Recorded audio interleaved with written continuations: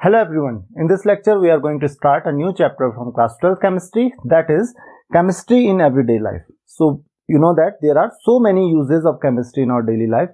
We will be discussing a few uses of chemistry in our daily life. The first one is drugs, then we will be discussing chemical in foods and then cleansing agents. So let's start with drugs. So what are drugs? Drugs are generally the compounds having low molecular masses which combine or which interact with the macromolecules present in body and give a biological response.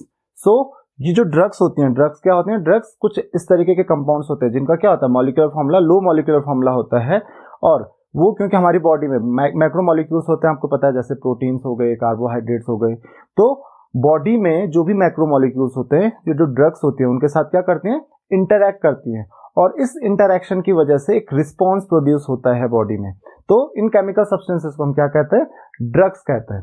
Now if the response produced, the biological response produced by the drugs is useful for body, अगर वो किसी भी living organisms के लिए useful है, means for example जैसे therapy हो रही है, मीन्स कोई डिजीज है, डिजीज को हम क्या कर रहे हैं, रिमूव कर रहे हैं, तो डिजीज कंट्रोल में ये एक्शन जो है, ये रिस्पॉन्स जो है यूज हो रहा है, तो ऐसे रिस्पॉन्स को, ऐसे ड्रग्स को हम कहते हैं मेडिसिन. सो आपको पता होना चाहिए कि जो मेडिसिन होते हैं they are kind of drugs. तो ड्रग्स, ऐसी ड्रग्स मतलब जिनका एक्शन जो होता है हमारी बॉडी में यूजफुल होता है, उससे हमको कोई फायदा होता है, कोई बेनिफिट होता है, तो ऐसे ड्रग्स को हम क्या कहते हैं? मेडिसिन कहते हैं. तो आई होप कि आपको ये चीज समझ में आ गई होगी. तो बेसिकली ड्रग्स क्या करते हैं? ड्रग्स हमारी बॉडी के साथ, हमारी बॉडी में जो मैक्रोमोलिक्यूल्स हैं उनके साथ इंटरैक्ट करती हैं, और इस इंटरैक्शन की वजह से एक रिस्पॉन्स प्रोड्यूस होता है, बायोलॉजिकल रिस्पॉन्स प्रोड्यूस होता है बॉडी में, और यही काम किसका होता है? ड्रग्स का होता है. तो अगर ये रिस्पॉन्स पॉजिटिव होता है तो उस ड्रग को हम क्या कहेंगे? मेडिसिन. तो एज अ मेडिसिन हम उस ड्रग को यूज करते हैं फिर. तो आई होप कि ये चीज आपको समझ में आ गई होगी. ड्रग्स का मीनिंग क्या है? The second thing is classification of drugs. So how can we classify the drugs? So drugs can be classified on the different basis. तो different basis पे आप drugs को classify कर सकते हो. The first one is on the basis of pharmacological effect. तो आपकी body पे क्या इफेक्ट इस ड्रग से पड़ रहा है, उस बेसिस पे आप क्लासिफाई कर सकते हो. Then the second is on the basis of drug action, कि जो ड्रग है वो आपकी बॉडी में किस तरीके से एक्ट कर रही है, ड्रग का एक्शन क्या है आपकी बॉडी में, तो सेकंड आप उस तरीके से क्लासिफाई कर सकते हो. The third one is on the basis of chemical structure. So generally देखा गया है कि जिन ड्रग्स का केमिकल स्ट्रक्चर सिमिलर होता है, जनरली जो उनका मैकेनिज्म होता है, जो उनका एक्शन होता है आपकी बॉडी में, वो भी सिमिलर होता है. तो we can also classify the drugs on the basis of chemical structure. तो सिमिलर केमिकल स्ट्रक्चर के ड्रग्स को आप एक कैटेगरी में रख सकते हो. Then on the basis of molecular targets. तो ये भी बहुत इंपॉर्टेंट क्लासिफिकेशन है कि आपकी जो बॉडी है, आपकी बॉडी में किस चीज को, कौन से पार्ट को, कौन से टाइप के मॉलिक्यूल्स को, क्योंकि मैक्रोमोलिक्यूल्स जैसे कार्बोहाइड्रेट्स, प्रोटीन्स, ये क्या हो गए हमारी बॉडी में? मैक्रोमोलिक्यूल्स हो गए. तो किस चीज पे ये ड्रग जो है वो टारगेट कर रहा है, किस चीज को टारगेट कर रहा है, तो उस बेसिस पे आप क्लासिफाई कर सकते हो कि ये जो ड्रग्स है, ड्रग्स का टारगेट कौन है हमारी बॉडी में. सो drugs can be classified on the basis of molecular target. तो ये 4 मेन क्लासिफिकेशन है ड्रग्स के. अब हम इसको डिटेल में पढ़ते हैं, तो एक एक करके हम देख लेते हैं. The first thing that we are going to discuss is drug target interaction. हम वही बात कर रहे हैं कि टारगेट कौन है ड्रग का.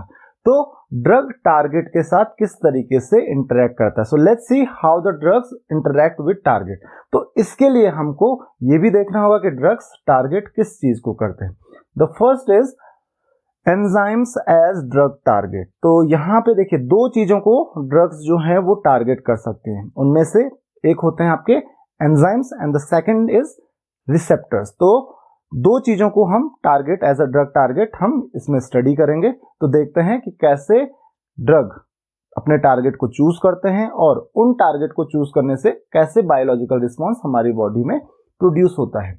तो हम बात कर रहे हैं किस चीज की?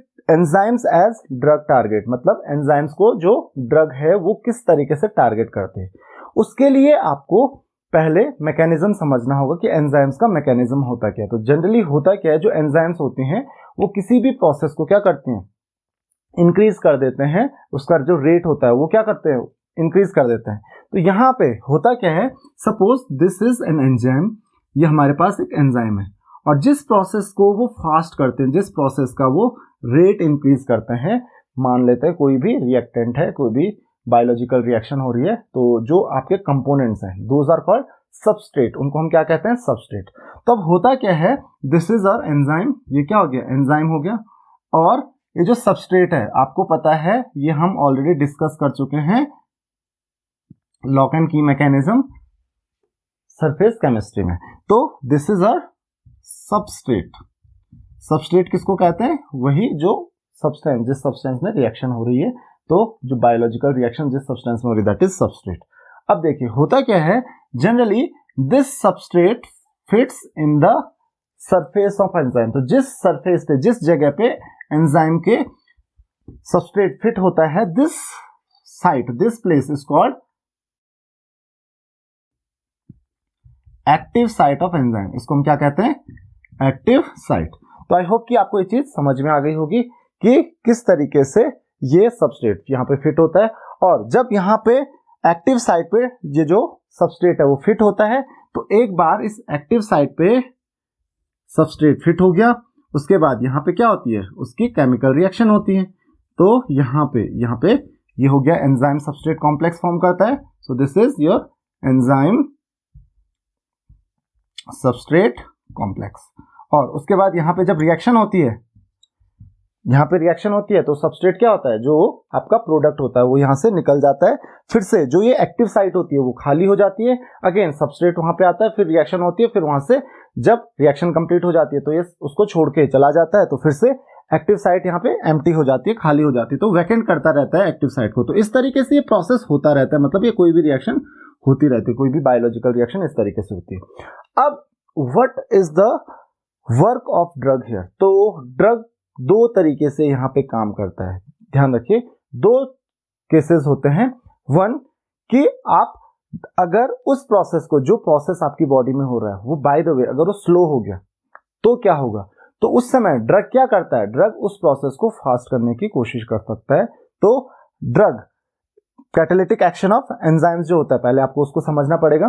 तो यहाँ पे देखो कैटालिटिक एक्शन मैंने आपको समझा दिया कि कैटालिटिक एक्शन किस तरीके से होता है। अब यहाँ पे देखिए एंजाइम्स किस तरीके से काम करते हैं, आपको समझ में आ गया होगा। अब यहाँ पे मैंने क्या कहा अभी आपको कि जो एंजाइम्स होते हैं इनको क्या होता है, क्योंकि कभी कभी जो एंजाइम्स का प्रोसेस होता है, एंजाइम्स का जो वर्क होता है वो कभी बहुत फास्ट होता है। तो फॉर एग्जांपल आपको अगर इस प्रोसेस को कंट्रोल करना है बहुत फास्ट, तो इस प्रोसेस को नहीं करना है हमारी बॉडी में, किसी प्रोसेस को स्लो करना है या स्टॉप करना है, तो उसके लिए आपको क्या करना पड़ेगा, इस एंजाइम्स के जो प्रोसेस, इस एंजाइम का जो वर्क है उसको क्या करना पड़ेगा, उसको स्लो करना पड़ेगा।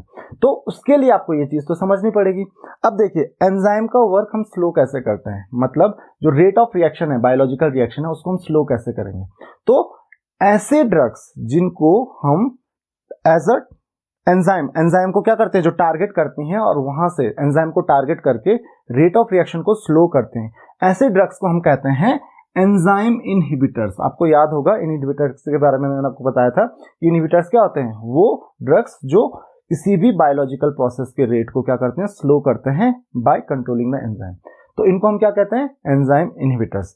अब ये जो ड्रग्स होती हैं, ये जो एंजाइम इनहिबिटर्स होती हैं, ये किस तरीके से काम करते हैं। So there are two ways in which the drugs can be used as enzyme inhibitors.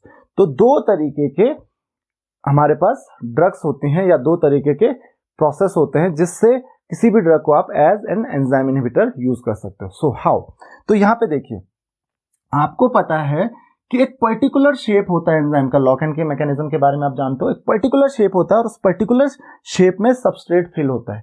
अगर ये शेप इस तरीके से स्पेसिफिक शेप नहीं हुआ तो ऑब्वियसली सबस्ट्रेट यहाँ पे फिट नहीं हो पाएगा, और सबस्ट्रेट यहाँ पे फिट नहीं हो पाएगा तो वो केमिकल प्रोसेस, वो बायोलॉजिकल बायोकेमिकल प्रोसेस है वो नहीं हो पाएगा। तो इसके लिए एंजाइम का जो एक्टिव साइट है उसका किसी पर्टिकुलर शेप में होना जरूरी है।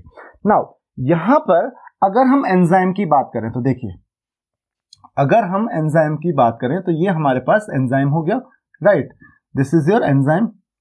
अब जो ड्रग्स होती हैं, ड्रग्स क्या करती हैं, सबस्ट्रेट को मिमिक करती हैं, मतलब ये सबस्ट्रेट है हमारे पास, राइट, ये आपके पास ड्रग का जो शेप होगा ड्रग भी उसी तरीके से होगा। सो this is drug and this is substrate.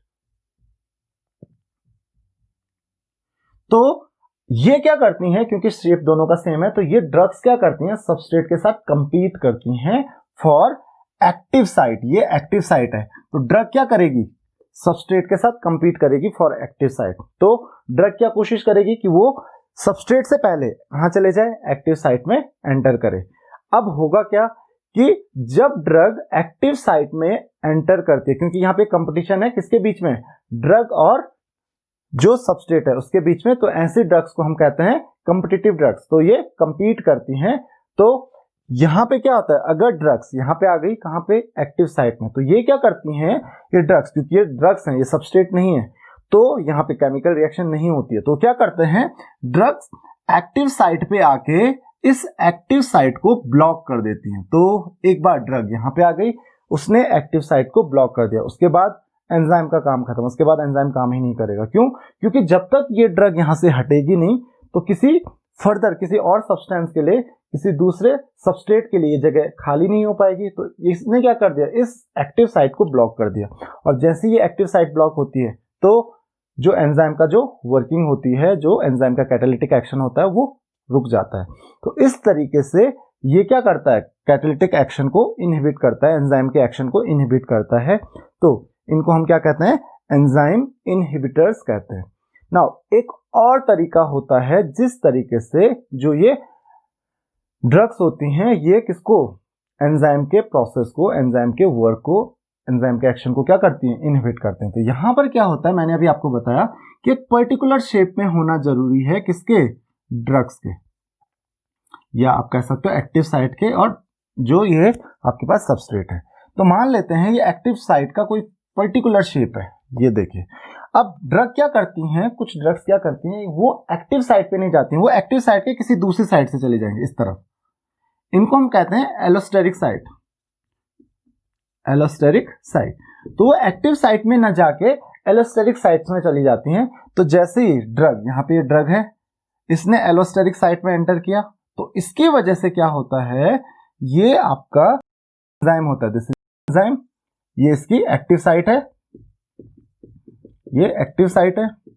Then जैसे ये एलोस्टेरिक साइट में क्या करेगा, एंटर करेगा, उससे क्या होगा, उससे इसका जो शेप होता है, क्योंकि इसने यहां पे एंटर किया, इसकी वजह से इसका जो शेप होता है ड्रग का, वो क्या हो जाता है, कुछ हद तक चेंज हो जाता है। अब ये अगर शेप चेंज हो गया किसका, एक्टिव साइट का, तो क्या किया यहां पे ड्रग ने, हमने ड्रग को कहां भेजा, एलोस्टेरिक साइट में। तो ड्रग एक्टिव साइट पे नहीं गई, कहां पे गई, एलोस्टेरिक साइट पे। इसकी वजह से, क्योंकि जो एंजाइम है, एंजाइम का शेप क्या हो जाएगा, चेंज हो जाएगा, तो एक्टिव साइट का जो शेप होता है वो चेंज हो जाता है। और इसकी वजह से जो सबस्ट्रेट होता है इस एक्टिव साइट को रिकॉग्नाइज नहीं कर पाता, क्योंकि वहां पे फिट हो ही नहीं पाएगा, क्योंकि इसका शेप चेंज हो चुका है। और मैंने आपको अभी बताया कि वो स्पेसिफिक शेप होगा, तभी वहां पे जो सबस्ट्रेट है वो फिट हो पाएगा। तो इसका मतलब क्या हुआ, अब यहाँ पे सबस्ट्रेट फिट नहीं हो पाएगा, और इसकी वजह से ये फर्दर कोई पर्टिकुलर केमिकल रिएक्शन नहीं हो पाएगी। तो आई होप कि आपको ये चीज समझ में आ गई होगी कि एज एंजाइम इनहिबिटर कैसे काम करते हैं ये ड्रग्स। द नेक्स्ट इज, तो ये पहले हमारे पास था enzyme as drug target. The next topic that we will discuss is receptors as drug target. तो उसके लिए हमको पहले रिसेप्टर्स को समझना पड़ेगा कि रिसेप्टर्स क्या होते हैं और उनको ड्रग्स किस तरीके से टारगेट करते हैं। So receptors are the proteins which play a very important role in the communication of the body. तो बॉडी में जो भी कम्युनिकेशन होता है उसमें रिसेप्टर्स एक बहुत इंपॉर्टेंट रोल प्ले करते हैं। तो ये बेसिकली क्या होते हैं, प्रोटीन्स होते हैं, and these are embedded in the cell membrane. जो आपकी सेल मेम्ब्रेन होती है ये उसमें एम्बेडेड होते हैं, और वो इस तरीके से एम्बेडेड होते हैं कि इसका जो कुछ पोर्शन होता है that is away from the cell, बाहर होता है सेल से, and some portion is inside the cell. तो कुछ इस तरीके से होता है, मान लेते हैं आपका सेल है, this is your cell membrane, और यहाँ पे आपके रिसेप्टर्स एम्बेडेड होते हैं। तो आधा पोर्शन इनका सेल से बाहर होता है और आधा पोर्शन इनका सेल से अंदर होता है। सो यहाँ पे आप डायग्राम देख सकते हो, suppose this is the outer surface, this is outer surface of cell membrane, और you can say this is outer surface of cell, okay, membrane, and this is inner surface, जो सेल मेम्ब्रेन होती है उसकी ये inner surface है। तो आप देख सकते हो ये आपकी सेल मेम्ब्रेन है और सेल मेम्ब्रेन से कुछ पोर्शन इसका बाहर की तरफ होता है और कुछ अंदर होता है। तो ये अंदर का पोर्शन हो गया सेल का और ये बाहर का पोर्शन हो गया। नाउ जो बाहर वाला पोर्शन होता है, there is a place, okay, this place is called binding site, this place is known as binding site. तो जो बाहर वाला पोर्शन होता है वहां पे एक स्पेस होता है, एक पोजीशन होती है जिसको आप कहते हैं बाइंडिंग साइट। नाउ ये बाइंडिंग साइट क्या होती है, in this binding site some chemicals enter, these chemicals are called chemical messenger, क्योंकि ये यहाँ पे एंटर करते हैं और जब ये इस प्लेस पे एंटर करते हैं तो ये क्या करते हैं, एक मैसेज कन्वे करते हैं। जिस प्लेस पे ये एंटर करते हैं, जिसको आप बाइंडिंग साइट कहते हो, इस प्लेस पे एंटर करते हैं और एक मैसेज कन्वे करते हैं, किसको, रिसेप्टर्स को। और इसकी वजह से ये जो बाइंडिंग साइट होती है, यहाँ पे अगर केमिकल मैसेंजर जो होगा उसका जिस तरीके से शेप होगा उस तरीके से ये बाइंडिंग साइट रिस्पॉन्स करेगी और उसी तरीके से इस रिसेप्टर का शेप चेंज होगा और उस तरीके का आपकी बॉडी में मैसेज भी कन्वे होगा, मतलब आपके सेल में मैसेज भी कन्वे होगा। तो इस तरीके से जो केमिकल मैसेंजर्स होते हैं, ये केमिकल मैसेंजर्स रिसेप्टर्स की हेल्प से बिना सेल में एंटर किए सेल को मैसेज कन्वे कर लेते हैं। तो ये क्या करते हैं, यहाँ पे इन्होंने बाइंडिंग साइट पे एंटर किया, इसकी वजह से इसका शेप चेंज होगा, इसका शेप जब चेंज होगा तो इसकी वजह से जो सेल होगा उसको मैसेज कन्वे होगा। तो जब देखते हैं कि किस तरीके से प्रोसेस होता है, तो आई होप कि आपको केमिकल मैसेंजर्स समझ में आ गए होंगे कि केमिकल मैसेंजर्स होते क्या है। तो ये मान लेते हैं केमिकल मैसेंजर है, सो this is a chemical messenger, okay. ये केमिकल मैसेंजर है, ये आउटर सरफेस हो गई सेल की और ये जो सेल मेम्ब्रेन है और ये इनर सरफेस हो गई।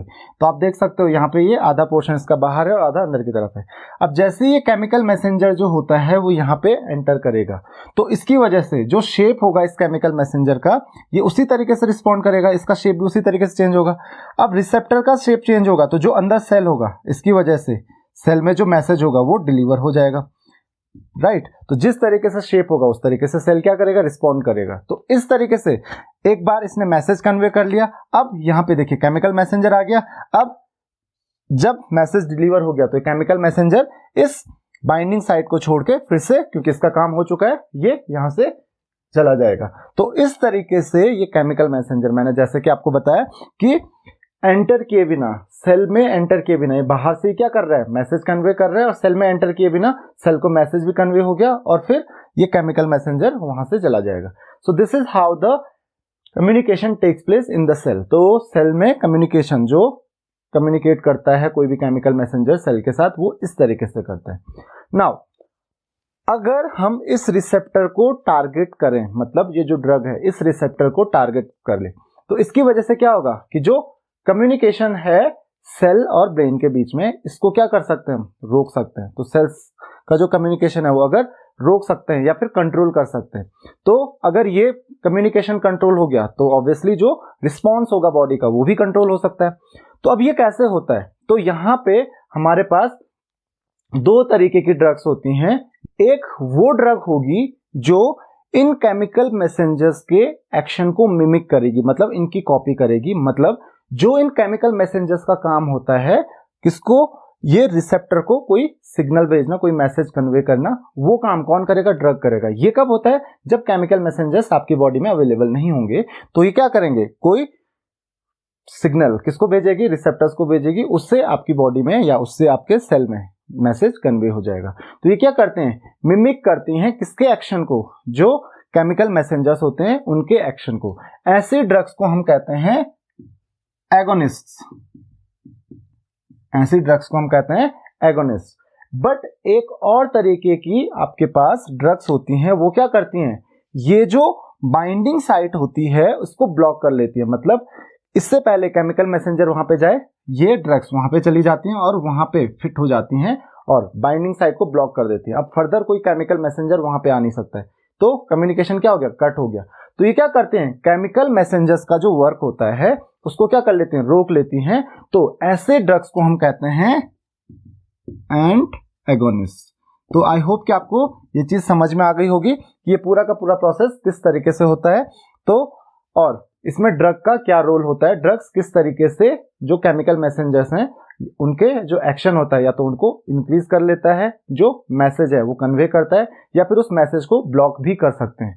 सो these are the drug target interaction. So the next topic is therapeutic action of drugs. तो ड्रग्स का एक्शन क्या होता है बॉडी में, लेट्स डिस्कस इट. तो यहाँ पे हम ये देखेंगे कि जो ड्रग्स होती है वो किस तरीके से एक्ट करती हैं बॉडी में. तो यहाँ पे ड्रग्स भी अलग अलग तरीके से क्लासिफाई होती हैं थेरेप्यूटिक एक्शन के बेसिस पे. तो सबसे पहले आपके पास यहाँ पे आता है एंटासिड्स. तो एंटासिड्स को समझने के लिए आपको अपनी बॉडी का एक प्रोसेस समझना पड़ेगा कि आपको पता है जनरली एक प्रॉब्लम होती है एसिडिटी की. तो इसमें होता क्या है कि हमारी बॉडी में जो एसिड होता है वो ज्यादा फॉर्म करने लग जाता है. तो ज्यादा एसिड फॉर्म होने की वजह से आपको एसिडिटी की प्रॉब्लम होती है.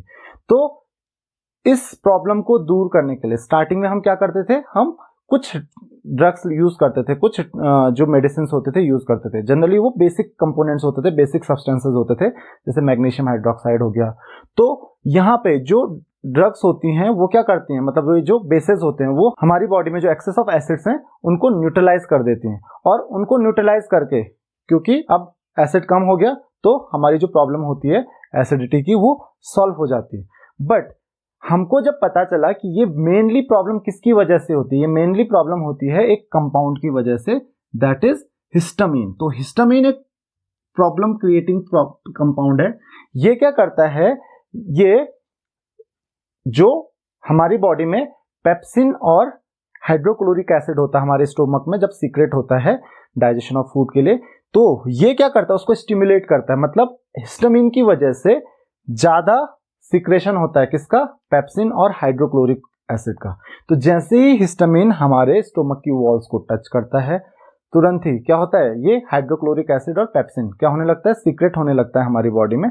और इसकी वजह से जो एसिड होता है वो ज्यादा फॉर्म होने लगता है. तो अभी तक तो हम क्या कर रहे थे, जो बेसिक कंपाउंड्स हम ले रहे थे उससे जो एसिड है वो तो न्यूट्रलाइज हो रहा था, लेकिन हम मेन कॉज तक नहीं पहुंचे हैं कि ये एसिड फॉर्म ही क्यों हो रहा है. क्योंकि अगर एसिड फॉर्म ही नहीं होगा तो प्रॉब्लम वहीं पे सॉल्व हो जाएगी. तो हमको ये पता चला कि एसिड फॉर्म होने का जो रीजन है हिस्टामिन है. तो हम क्या करेंगे, इसका जो कांटेक्ट है विद वॉल ऑफ स्टोमक उसको रोकने की कोशिश करेंगे. और उसके लिए जो फर्स्ट ड्रग डिस्कवर हुई थी दैट इज सिमेटाडीन. तो आप देख सकते हो स्ट्रक्चर ऑफ सिमेटाडीन, यह है सिमेटाडीन. तो this is the first drug to control the action of histamine. तो हिस्टामिन को क्या करता है, ये स्टोमक जो है उसकी वॉल से कांटेक्ट में आने से रोकता है. और अगर ये उसको रोक पाएगा तो इसकी वजह से जो ज्यादा एसिड होगा, एक्सेस ऑफ एसिड होगा, वो फॉर्म नहीं होगा क्योंकि ये सिक्रेशन को स्टिमुलेट नहीं कर पाएगा. और इससे आप जो एक्सेस ऑफ एसिड फॉर्म होता है बॉडी में उससे बच सकते हो. तो I hope it is clear to you. Cimetidine के बाद there was one more medicine which was popular, that which became popular, that is ranitidine. तो रेनिटिडीन भी काफी पॉपुलर ड्रग है. So it has same use. तो these drugs are known as antacids. ऐसे drugs को हम क्या कहते हैं, एंटासिड्स कहते हैं. नाउ हिस्टामिन का काम यहीं पे खत्म नहीं होता. जनरली क्या होता है, हिस्टामिन किसी भी चीज को रिस्पॉन्ड करता है. मतलब कोई भी अगर बॉडी में कोई भी एक्शन होता है तो हिस्टामिन तुरंत क्या करता है, रिस्पॉन्ड करता है. और क्योंकि जब भी बॉडी एक्सेसिव बहुत ज्यादा रिस्पॉन्ड करती है किसी भी फिनोमेनन के लिए, तो वहां से होती है हमको एलर्जीज. तो एलर्जीज कैसे होती हैं, फॉर एग्जाम्पल मान लेते हैं किसी को डस्ट से एलर्जी होती है, तो जैसे भी डस्ट पार्टिकल आपकी बॉडी में जाते हैं तो हिस्टामिन तुरंत क्या करता है, हिस्टामिन तुरंत रिस्पॉन्ड करता है. तो हिस्टामिन की वजह से बॉडी अगर रिस्पॉन्ड करेगी तो वो बहुत ज्यादा नेगेटिव रिस्पॉन्स होता है बॉडी का, और उसकी वजह से कभी आपको स्नीजिंग हो सकती है या फिर इचिंग वगैरह हो सकती है. तो ये सब किसकी वजह से होता है, हिस्टामिन की वजह से. तो हिस्टामिन एक और प्रॉब्लम क्रिएट यहाँ पे करता है. सो कुछ ड्रग्स होती हैं जो हिस्टामिन के इस एक्शन को रोकती हैं. These drugs are known as antihistamines. इन ड्रग्स को हम क्या कहते हैं, एंटीहिस्टामिन्स. तो बेसिकली ये जो एंटीहिस्टामिन्स हैं ये क्या करती हैं, आपकी बॉडी में जो किसी भी फिनोमेनन की वजह से एलर्जीज होती हैं, किसी भी चीज के लिए अगर आपकी बॉडी एलर्जिक है तो ये एलर्जी को कंट्रोल करते हैं. So for example there are some drugs like brompheniramine and terfenadine, और this is also called Seldane. तो ये कुछ ड्रग्स हैं antihistamine. So I hope it is clear to you कि एंटासिड्स क्या होती हैं और एंटीहिस्टामिन्स क्या होती हैं. The next is neurologically active drugs. तो अब हम किसके बारे में डिस्कस करेंगे, न्यूरोलॉजिकली एक्टिव ड्रग्स के बारे में. So neurologically active drugs basically affect our nervous system, जो हमारी बॉडी में कम्युनिकेशन होता है, जो मैसेज ट्रांसफर होता है, उसको अफेक्ट करता है कौन? Neurologically active drugs. तो ये मैसेज जो कन्वे होता है बॉडी में उसको क्या करता है? अफेक्ट करता है। नाउ इन ड्रग्स को, न्यूरोलॉजिकली एक्टिव ड्रग्स को भी आप दो पार्ट्स में क्लासिफाई कर सकते हो, one is tranquillisers and other analgesics. तो जरा दोनों को डिस्कस कर लेते हैं, ट्रैंक्विलाइजर्स क्या होते हैं और एनाल्जेसिक्स क्या होते हैं। तो जैसे कि मैंने आपको बताया कि न्यूरोलॉजिकली एक्टिव ड्रग्स किसको अफेक्ट करते हैं? हमारी बॉडी में जो मैसेज ट्रांसफर होता है उसको अफेक्ट करते हैं, मतलब हमारे नर्वस सिस्टम को अफेक्ट करते हैं। अब ट्रैंक्विलाइजर्स क्या करते हैं? ट्रैंक्विलाइजर्स जनरली वो ड्रग्स होती हैं which are used to control mild और इवन सेवर मेंटल इलनेस या फिर स्ट्रेस। तो स्ट्रेस को रिलीव करने के काम आते हैं आपके ट्रैंक्विलाइजर्स, या फिर कोई मेंटल प्रॉब्लम है, मेंटल इश्यू है, तो माइल्ड या फिर थोड़ा सेवर मेंटल इलनेस भी होती है, उसको ट्रीट करने के काम आते हैं आपके tranquilizers. So there are some examples of tranquilizers like iproniazid, then phenelzine, या इसको हम नार्डिल भी कहते हैं। उसके अलावा एक कंपाउंड होता है, this is not a tranquilizer, barbituric acid, but इसके जो डेरिवेटिव्स होते हैं, the derivatives of barbituric acid are used as tranquilizers. तो जो डेरिवेटिव्स होते हैं, तो इसीलिए बार्बिट्यूरिक एसिड एक इंपॉर्टेंट कंपाउंड होता है, इसके जो डेरिवेटिव्स होते हैं they can be used as tranquilizers, veronal, Valium etcetera. तो ये कुछ ट्रैंक्विलाइजर्स हैं जो बार्बिट्यूरिक एसिड के डेरिवेटिव्स हैं, and these derivatives of barbituric acid are called barbiturates. तो इन डेरिवेटिव्स को हम कहते हैं बार्बिट्यूरेट्स। तो आई होप कि आपको ये चीज समझ में आ गई होगी। The next is analgesics. So analgesics are also neurologically active drugs. So what is the work of analgesics? Generally analgesics are used to relieve the pain, और जो पेन होता है उसको कम करने के काम आती हैं without causing any confusion और unconsciousness और पैरालिसिस एक्सेट्रा। तो कोई साइड इफेक्ट कॉज किए बिना, मतलब कोई कंफ्यूजन वगैरह या फिर अनकॉन्शियसनेस कॉज किए बिना ये क्या करते हैं? हमारा जो पेन होता है उसको रिलीव करने के काम आते हैं। तो इनको हम कहते हैं analgesics. Now there are two types of analgesics. ध्यान रखना, एनाल्जेसिक्स को हमने दो क्लासिफाई किया दो तरीके से। The first one is non narcotic analgesics and the second one is narcotic analgesics. So non narcotic analgesics are generally use to lessen the pain और रिलीव द पेन। ये पेन रिलीव करने के काम आती हैं, and these drugs are non addictive drugs. ध्यान रखना, ये नॉन एडिक्टिव ड्रग्स होते हैं, इनसे आपको कोई एडिक्शन नहीं होता। So these are non addictive drugs. Now sometimes these drugs are also use to treat the fever. Fever अगर आपको होता है तो उसमें भी ये काम आते हैं। तो these are also used as an antipyretics. तो फीवर के काम भी आते हैं, जैसे एस्प्रिन, पैरासिटामोल, ये एग्जाम्पल हैं किसके? नॉन नार्कोटिक एनाल्जेसिक्स को। और ये कभी कभी फीवर काम करने के भी काम आते हैं, तो इससे हमारा फीवर जो होता है वो भी कम होता है। तो फीवर में जनरली क्या होता है? बॉडी टेम्परेचर बहुत हाई हो जाता है, तो ये टेम्परेचर को मेंटेन करने के काम आते हैं। Therefore these drugs are also called antipyretic. जैसे पैरासिटामोल है, तो पैरासिटामोल फीवर में भी काम आता है। The next is narcotic analgesics. तो अभी ये नार्कोटिक एनाल्जेसिक्स क्या होती हैं? These are addictive drugs. ये जो एनाल्जेसिक्स होती हैं दीज आर एडिक्टिव। इससे एडिक्शन हो सकता है अगर आप लिमिटेड डोज में लोगे। In medicinal doses these are very useful, ये काफी यूजफुल होती हैं और आपके पेन को कम करती हैं। बट अगर आप ज्यादा इसको लेते हो सो दीज आर एडिक्टिव। पहली चीज तो इनसे एडिक्शन होता है। द सेकंड थिंग कि अगर आपने इनको बहुत हैवी डोजेज में ले लिया तो इनसे बहुत ज्यादा हार्मफुल इफेक्ट्स हो सकते हैं। For example unconsciousness, even permanent unconsciousness, coma, even death तक इनसे हो सकती है। So these are also very harmful. For example heroin का आपने नाम सुना होगा, मॉर्फिन, कोडीन, ये कुछ एग्जाम्पल्स हैं नार्कोटिक एनाल्जेसिक्स के। तो आई होप एनाल्जेसिक्स आपको समझ में आ गया होगा। न्यूरोलॉजिकली एक्टिव ड्रग्स ये कंप्लीटली आपको समझ में आ गया होगा। The next is antimicrobials. So let's see what are antimicrobials. What are antimicrobials? Antimicrobials are those drugs which are used to kill the germs and stop their growth. तो ऐसे drugs जो किस चीज के लिए यूज होती हैं? जर्म्स को खत्म करने के लिए और उनकी ग्रोथ को रोकने के लिए, उनको हम क्या कहते हैं? एंटीमाइक्रोबियल्स बोलते हैं। अब ये एंटीमाइक्रोबियल्स भी अलग अलग कैटेगरी के हैं। एंटीबायोटिक्स है हमारे पास, देन एंटीसेप्टिक्स है, एंड देन डिसइंफेक्टेंट्स हैं। तो जरा देखते हैं कि ये किस तरीके के होते हैं। तीनों का काम सेम होता है, तीनों का एक ही काम होता है, टू किल द जर्म्स।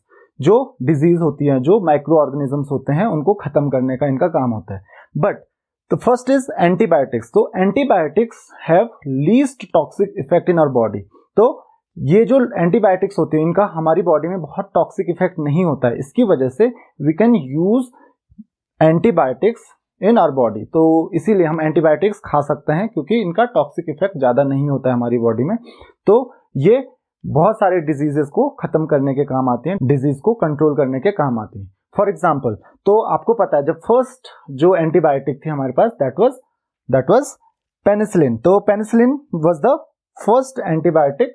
तो ये this is the general structure of penicillin. तो ये जो आर ग्रुप है, ये आर ग्रुप अलग अलग पेनिसिलिन्स में, पेनिसिलिन की भी बहुत कैटेगरी होती है, तो ये आर ग्रुप ये डिसाइड करता है कि कौन सी पेनिसिलिन है। तो वो अलग अलग ग्रुप्स के अकॉर्डिंग वो अलग अलग पेनिसिलिन होगी। तो सबसे फर्स्ट जो आपके पास एंटीबायोटिक थी दैट वाज पेनिसिलिन। तो ये एंटीबायोटिक आपको डिजीज कंट्रोल करने के काम आती है। देन और भी हमारे पास बहुत इंपॉर्टेंट ड्रग्स हैं, फॉर एग्जांपल सेल्वर्सन, और it is also known as arsphenamine. तो जनरली पहले इसको आर्सेफेनेमाइन से के नाम से ही जाना जाता था, बाद में इसका जो पॉपुलर नेम है दैट इज सेल्वर्सन। देन उसके अलावा एक और ड्रग है दैट इज प्रोंटोसिल। तो प्रोंटोसिल में बेसिकली ये वाला जो पार्ट होता है प्रोंटोसिल का, दिस इज यूजफुल, ये हमारे लिए बहुत यूजफुल होता है। जो ड्रग एक्शन होता है वो इसी पार्ट की वजह से होता है, जो ये वाला पार्ट होता है। तो बेसिकली ये वाला पार्ट कौन सा, दैट इज सल्फानिमाइड। तो ये वाला जो पार्ट है ये आप देख सकते हो SO3NH2 then benzene ring then NH2। So sulphanilamide वाला जो पार्ट है this is very useful in prontosil. तो इससे एक और ड्रग आती है हमारे पास दैट इज सल्फापिरिडिन। अब ये जो ड्रग्स होती हैं ये अलग अलग तरीके से आप इसको क्लासिफाई कर सकते हो। एक ब्रॉड स्पेक्ट्रम ड्रग्स होती हैं, मतलब broad spectrum antibiotics and narrow spectrum. तो नैरो स्पेक्ट्रम एंटीबायोटिक्स जो होती हैं ये कुछ ही डिजीजेस को किल करने के काम आती हैं, जबकि जो ब्रॉड स्पेक्ट्रम एंटीबायोटिक्स होती हैं वो बहुत सारे जो माइक्रो ऑर्गेनिजम्स होते हैं उनको खत्म कर सकते हैं, उनको किल कर सकते हैं। तो chloramphenicol is one of the broad spectrum antibiotics. So I hope antibiotics is clear to you. The next is antiseptic. तो antiseptic are those antimicrobials which can be applied on the living tissues, जैसे wounds हो गए, यहाँ पे हम क्या use करते हैं, एंटीसेप्टिक्स यूज करते हैं। आपने नाम यूज सुना होगा, जैसे डेटॉल हो गया, आयोडीन एक बहुत अच्छा एंटीसेप्टिक है। देन जो आपका आयोडोफॉर्म होता है उसको आप एंटीसेप्टिक की तरह यूज करते हो। आयोडीन का जो एंटीमाइक्रोबियल इफेक्ट होता है वो किसकी वजह से होता है, इसमें आयोडीन की वजह से, तो उसको आप यूज कर सकते हो। देन एक और नाम सुना होगा आपने डेटॉल का। तो डेटॉल क्या होता है, Dettol is generally mixture of chloroxylenol and terpineol. तो इन दोनों का जो मिक्सचर होता है टर्पिनॉल एंड क्लोरोजाइलिनॉल का, वो होता है डेटॉल। उसके अलावा एक और आपके पास एंटीसेप्टिक है दैट इज बाइथायोनॉल। तो बाइथायोनॉल भी एक बहुत अच्छा एंटीसेप्टिक होता है। तो ये कुछ एंटीसेप्टिक हो गए। एंटीसेप्टिक्स को आप यूज कर सकते हो लिविंग टिश्यूज पे, जबकि एंटीबायोटिक्स को आप खा सकते हो। So they can use inside the body, वो जो अंदर बॉडी के इफेक्ट होता है, मतलब बॉडी में आपके अगर कुछ माइक्रो ऑर्गेनिजम्स हैं उनको कंट्रोल करने के काम आते हैं एंटीबायोटिक्स। जबकि आपके टिश्यूज पे आउटसाइड द बॉडी, जो आपकी स्किन वगैरह हो गई, टिश्यूज हो गए, लिविंग टिश्यूज पे आप अप्लाई कर सकते हो antiseptic. Now what are disinfectant? तो disinfectants are toxic for living tissues, so they are very harmful for living tissues, so they cannot be applied on the living tissues. इनको आप living tissues पे apply नहीं कर सकते हो। So they are used in floors, toilets वगैरह, sinks वगैरह पे आप यूज करते हो डिसइंफेक्टेंट को। तो वहां पे जो जितने भी जर्म्स होते हैं जैसे फ्लोर में, तो जर्म किल करने के लिए आपको क्या करना पड़ता है, डिसइंफेक्टेंट्स को यूज करना पड़ता है। टॉयलेट्स में, सिंक में, तो यहाँ पे आप क्या यूज करते हो, यहाँ पे आप यूज करते हो डिसइंफेक्टेंट्स। तो कुछ एग्जांपल्स हैं डिसइंफेक्टेंट्स के, जैसे 0.2% सॉल्यूशन ऑफ फिनॉल जो होता है that is a very good disinfectant. Then chlorine 0.2%, 0.2 to 0.4% solution of chlorine, वो भी क्या होता है, एक बहुत अच्छा डिसइंफेक्टेंट होता है। तो ये किस काम आता है, ये जर्म को किल करने के काम आते हैं, but you can not apply them in living tissues. तो इनको आप लिविंग टिश्यूज पे अप्लाई नहीं कर सकते हो। देखो काम सबका एक है, बट टॉक्सिसिटी की वजह से कुछ को आप इनसाइड द बॉडी यूज कर सकते हो, उनको आप खा सकते हो, कुछ को आप ऑन द स्किन मतलब लिविंग टिश्यूज पे यूज कर सकते हो, बट आप उनको इनहेल नहीं कर सकते हो। एंड डिसइंफेक्टेंट्स, इनको आप लिविंग टिश्यूज पे यूज नहीं कर सकते हो क्योंकि ये बहुत हार्मफुल होते हैं लिविंग टिश्यूज के लिए भी। तो ये अलग अलग तरीके के आपके ड्रग्स हो गई। और एक और लास्ट में आता है that is anti fertility drugs. तो जनरली एंटी फर्टिलिटी ड्रग्स जैसे नाम से ही पता चल रहा है कि ये किस काम आती हैं, these are used for birth control. तो आपको जैसे कि पता है कि हम पॉपुलेशन की प्रॉब्लम से वैसे ही जा रहे हैं, तो बर्थ कंट्रोल के लिए इन ड्रग्स को यूज किया जाता है। तो such drugs which are used for birth control, इनको हम कहते हैं anti fertility drugs. So these are the classification of drugs. The next topic is chemicals in food. So in chemicals in food we will discuss two topics. One is artificial sweeteners and another is food preservatives. तो artificial sweeteners आपके पास बहुत सारे होते हैं।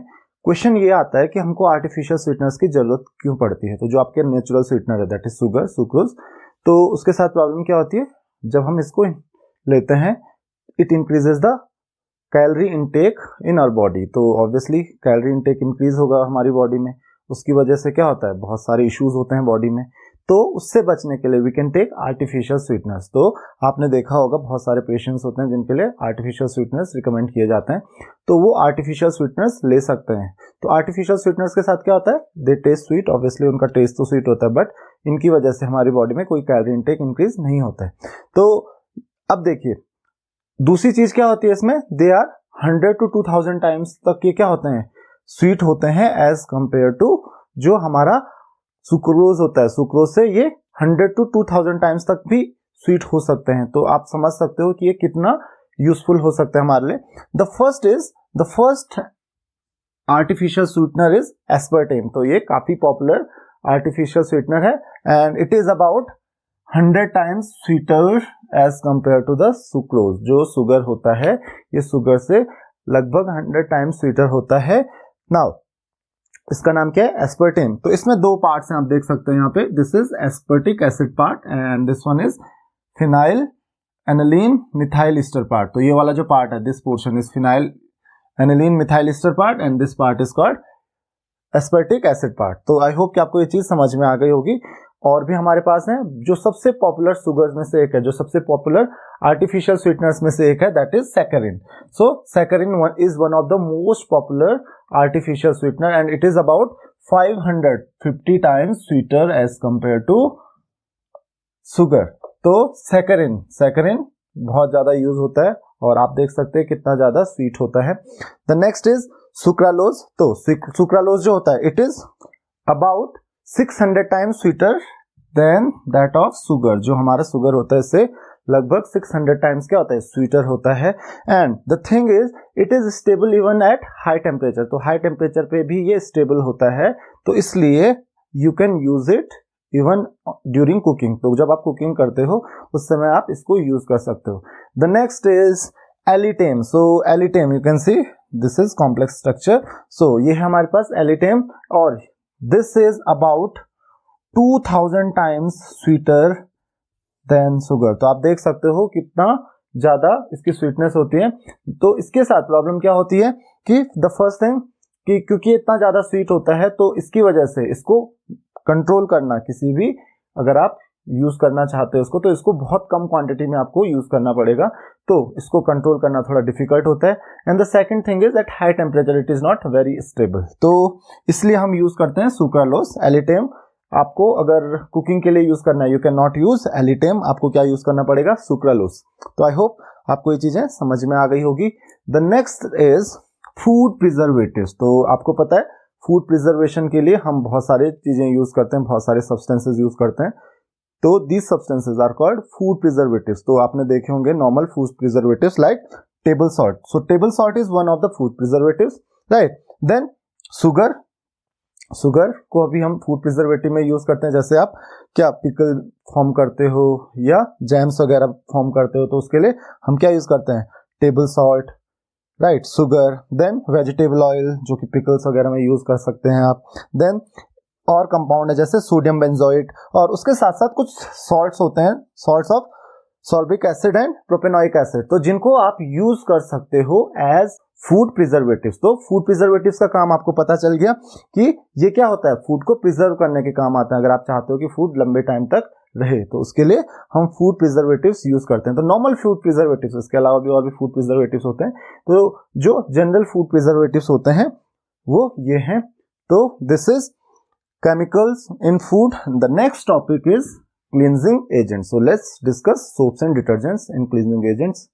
As you know, soaps and detergents are used as cleansing agents. So what are soaps?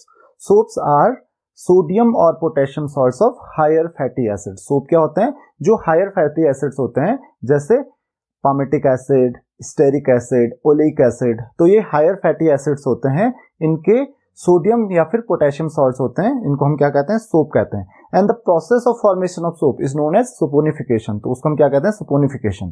तो soaps का आपको chemical process पता चल गया कि कौन से प्रोसेस हम यूज करते हैं, क्या नाम है उस प्रोसेस का? That is saponification. तो एक एग्जांपल देख लेते हैं।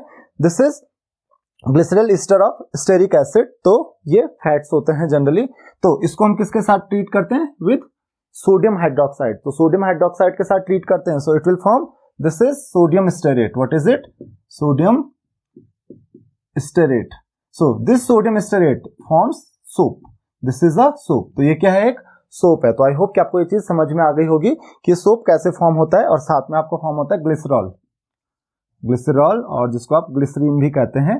तो this is the formula of glycerol और ग्लिसरीन। तो ये होता है आपका सोप। तो सोडियम स्टेरेट या सोडियम के जो सॉल्ट्स होते हैं, मींस जो सोडियम सॉल्ट्स होते हैं हायर फैटी एसिड्स के, जैसे मैंने अभी बताया ये किसका सॉल्ट है? ये स्टेरिक एसिड का है। उसी तरीके से पाल्मिटिक एसिड का या फिर ओलिक एसिड का, बहुत सारे एसिड्स होते हैं, तो उनके जो सॉल्ट्स होते हैं यही क्या होते हैं? सोप होते हैं।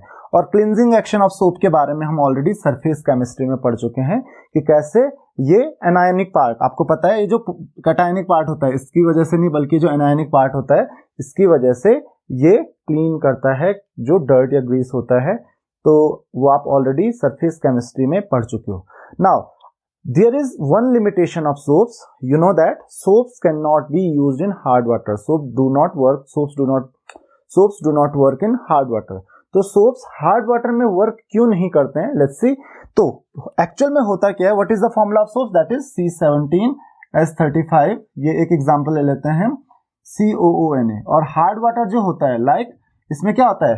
Chloride, sulphate, bicarbonates of calcium and magnesium. तो एक एग्जाम्पल ले लेते हैं, जैसे CaCl2। तो ये क्या करता है? It will form C17H35 COO whole twice Ca and it forms a white precipitate. क्या फॉर्म करता है? व्हाइट प्रेसिपिटेट फॉर्म करता है। और इसकी वजह से आपको क्या नहीं मिलता है? इसकी वजह से आपको जो लेदर होता है सोप में वो नहीं मिलता है, क्योंकि प्रेसिपिटेट फॉर्म कर लेता है प्लस 2NaCl। तो इस वजह से, क्योंकि ये लेदर नहीं फॉर्म कर पाता है, क्यों नहीं फॉर्म कर पाता है? क्योंकि जो कैल्शियम या फिर मैग्नीशियम आयंस होते हैं किसमें? हार्डनेस की वजह से वो क्या करते हैं? जो सोप्स होते हैं उनके साथ एक प्रेसिपिटेट फॉर्म कर लेते हैं। तो आपको रिएक्शन भी समझ में आ गई होगी। तो इस वजह से हम हार्ड वाटर में सोप्स यूज नहीं कर सकते हैं। तो हम फिर हार्ड वाटर में क्या यूज करते हैं? हम यूज करते हैं synthetic detergent. So this is one of the advantages over soaps of synthetic detergent. तो सिंथेटिक डिटर्जेंट्स का जो एडवांटेज है वो यही है कि आप इसको हार्ड वाटर में भी यूज करते हैं।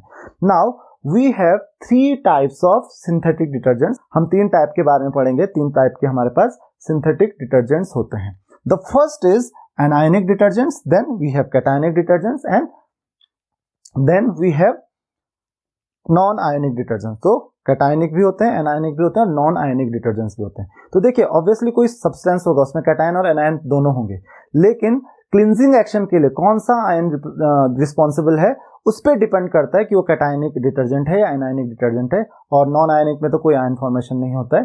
तो आई होप कि आपको ये चीज समझ में आ गई होगी। जैसे यहाँ पे मैंने अभी बताया कि यहाँ पे जो ये वाला पार्ट होता है एनायनिक पार्ट, Na+ तो अलग हो जाता है और स्टेरेट आयन जो होता है वो सेपरेट होता है। तो स्टेरेट आयन की वजह से क्लींजिंग एक्शन होता है सोप का। तो यहाँ पे भी इसी चीज पे डिपेंड करता है कि हम कैटायनिक या फिर एनायनिक कौन सा डिटर्जेंट यूज कर रहे हैं।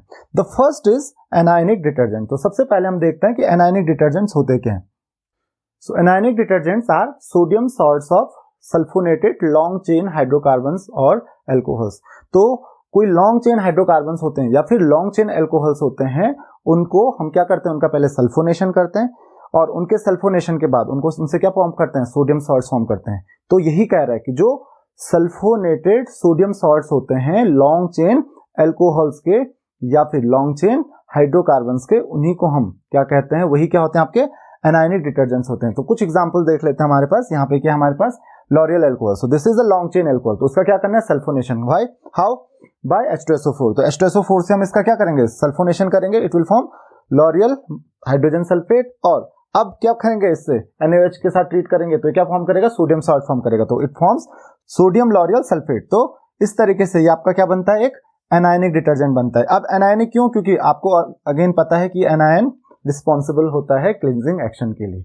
उसी तरीके से ये तो एल्कोहल है, उसी तरीके से हाइड्रोकार्बन भी हो सकता है, लॉन्ग चेन हाइड्रोकार्बन। तो ये हमारे पास एक एग्जांपल है, दैट इज डोडेसाइल बेंजीन। और अगेन इसका क्या करेंगे हम सल्फोनेशन करेंगे, तो क्या फॉर्म करेगा, ये फॉर्म करेगा डोडेसाइल बेंजीन सल्फोनिक एसिड। और अगेन इसको हम ट्रीट करेंगे NaOH के साथ, so it will form sodium dodecyl benzene sulphonate. Again यहाँ पे माइनस ये प्लस, तो ये एनायन जो है this is responsible for cleansing action, तो इसीलिए ये क्या है एनायनिक डिटर्जेंट्स हैं। The next is cationic detergents. So cationic detergents are quaternary ammonium source of amines obviously and with bromine या ब्रोमीन या फिर जो एसिटेट वगैरह के साथ जो ये क्या करते हैं क्वाटर्नरी अमोनियम सॉल्ट्स फॉर्म करते हैं, यही क्या होते हैं कैटायनिक डिटर्जेंट्स होते हैं। तो ये देख रहे हो आप, दिस इज अमोनियम सॉल्ट, ये क्वाटर्नरी अमोनियम सॉल्ट है एक, और यहाँ पे बाहर क्या है ब्रोमाइड आयन है, तो यहाँ पे ब्रोमाइड आयन हो सकता है, एसिटेट आयन हो सकता है, etcetera. So what is this,